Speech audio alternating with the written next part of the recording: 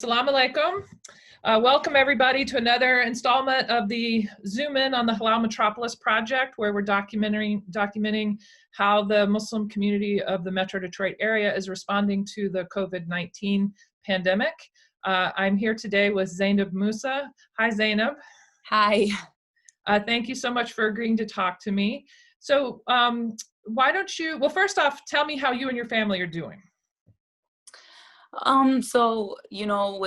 With the restrictions and the limitations and everything that's been happening, we haven't been able to go out and, hang out with, and we're very social. Like, we always hang out with family and all that kind of stuff. And we haven't been able to, see our family. It's kind of just been us in our house, and we've been limiting, trying to not let literally anybody in our house, just considering that, especially because we work in the medical field and stuff. So we don't want to be the reason behind why other family members end up catching something, because we really don't know what we have, or if we could just be asymptomatic. But it's been hard.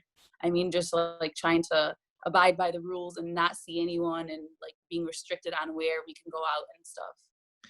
So, yeah, it's hard, but I can imagine there's a level at which, so you work in the medical field. So, so why don't you tell us, she's shared with me that she's a respiratory therapist. So why don't you tell us about your work, what it's like? Because I mean, at least you get to go out. Some of us, we're stuck working at home, And Yeah. so it's sort of like, in a way, I'm blessed because I get to work at home and I'm not in the same kind of risk you're at. But at the same time, this is what you train to do. So you're like in a very special position that you're able to actually really help right now. So tell us a little bit about your work.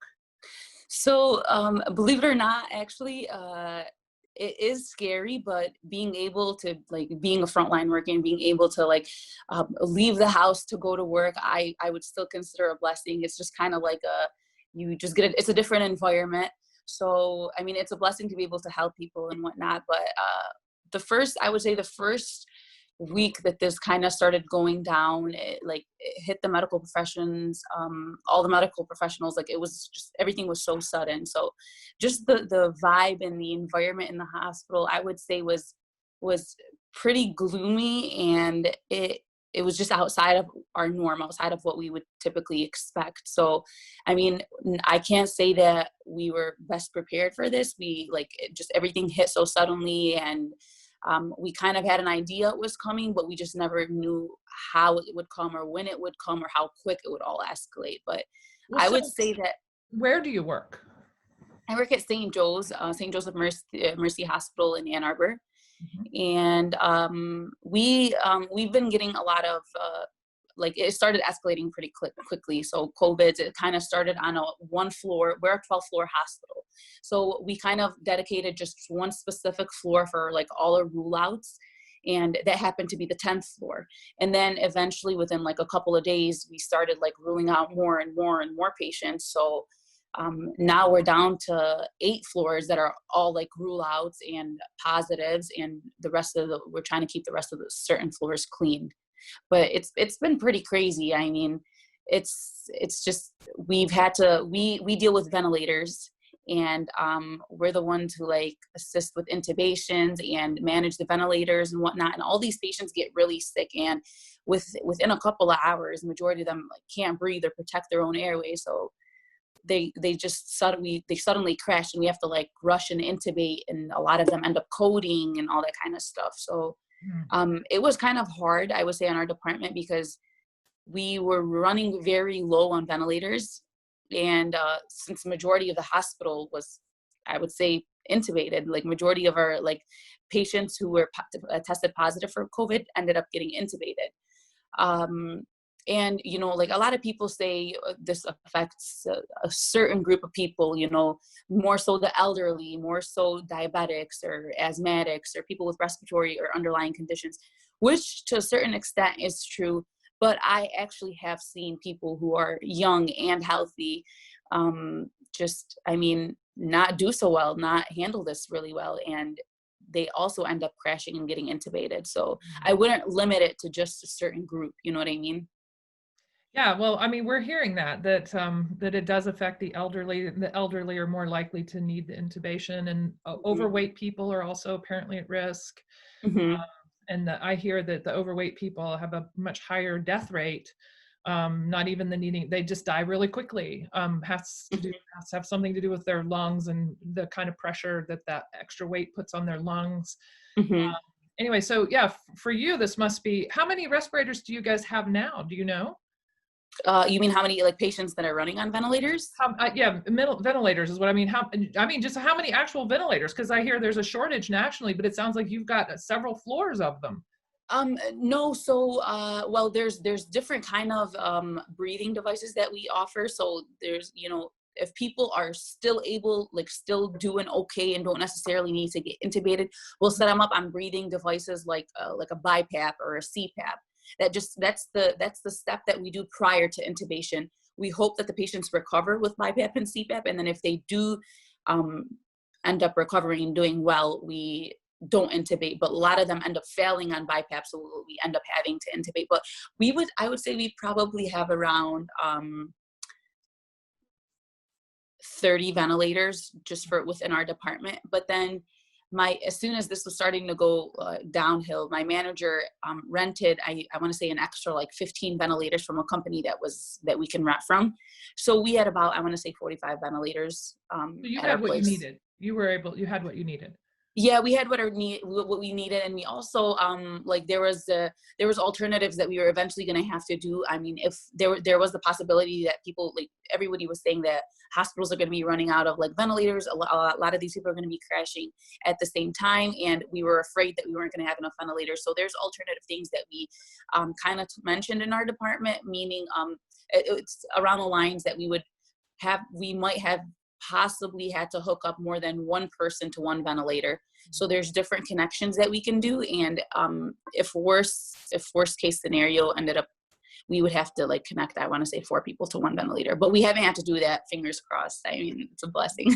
Yeah. Alhamdulillah. Yeah. Yeah. Well, so tell me about, so in your work, do you get to, I mean, these patients are very, very ill. Do you get to know any of them? I mean, can you share any stories with us? I can share some stories. So we actually had a young lady in her 40s that she was a hospital employee, and she actually thought she may have caught it within our hospital from somebody that she was around. She was exposed to somebody who was positive. This lady worked with environmental services, so they were the ones that go around and clean the rooms and whatnot, and she thinks she might have caught it from like a patient there, but she was doing not so hot, and we set her up on BiPAP, and then she ended up failing. So we eventually had to intubate her, and she was I would consider her one of our day ones. So she's been there since the first day that we opened that COVID unit. We ruled her out. She tested positive 3 days later, and then she has actually been on a ventilator for, I want to say, 2.5 weeks. And about like a week ago, my coworker happened to be taking care of her, and she was doing fine. We sponsored her on the ventilator, meaning she's able to breathe on her own. So we ended up extubating her, pulling the tube out, and she was doing fine. And then I want to say within 1 hour, her airway started to tighten up, and she just started to crash all of a sudden. So we had to re-intubate her. So just, especially her, because she's one of our day ones, and she's a young lady, and she works at our hospital. We were also like concerned, like we believed that we were hopeful about her, recovering. Long story short, we ended up intubating her again. And then on my previous shift 2 days ago, I sponsored her, and on the ventilator, she's continued to breathe well on her own. I trialed her just to make sure that she passed all the tests necessary for us to pull out the tube. And she actually was one that I ended up extubating, and just yesterday she moved off the unit. So, I mean, she's doing good. That's one patient I've seen recover.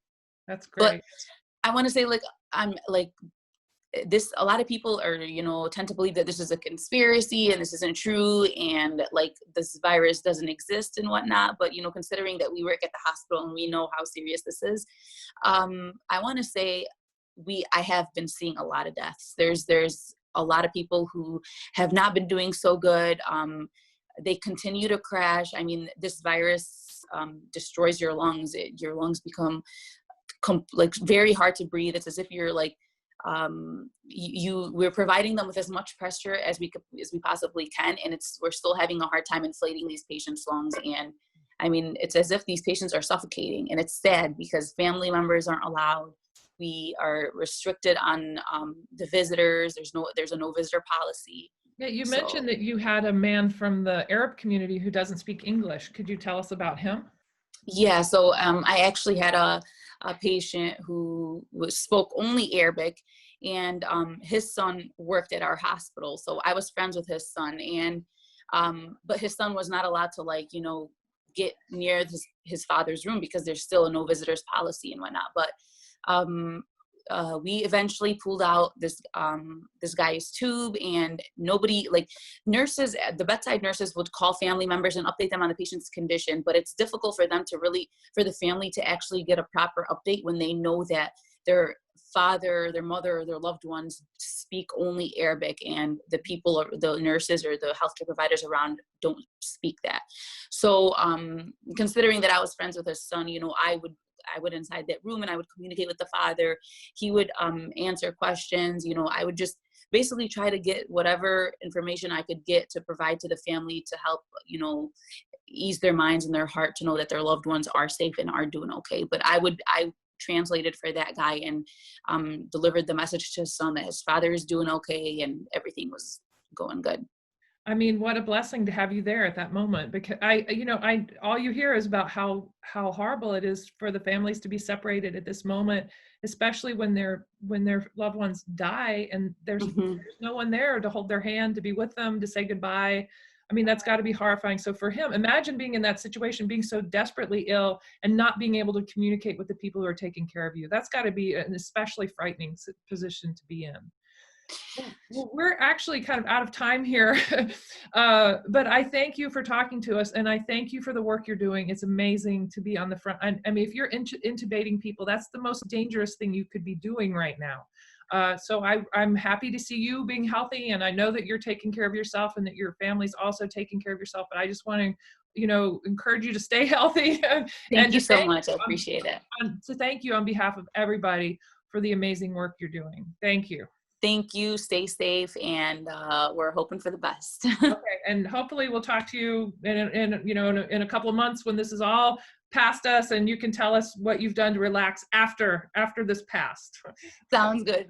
Sounds good. Thank you so for much, all that Zeinab. you're doing. Thank you. Bye-bye. All right. Bye.